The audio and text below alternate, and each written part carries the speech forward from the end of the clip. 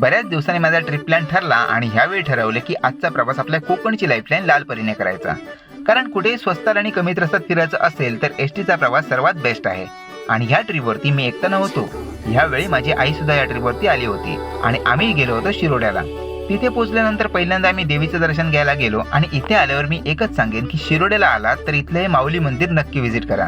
कारण हे मंदिर एवढं शांत आणि सुंदर आहे की मला याची सुंदरता शब्दात मांडणं जवळजवळ अशक्य आहे. देवीचे दर्शन घेऊन मंदिराची एक प्रदक्षिणा पूर्ण केली आणि आम्ही निघालो पुढच्या प्रवासाला.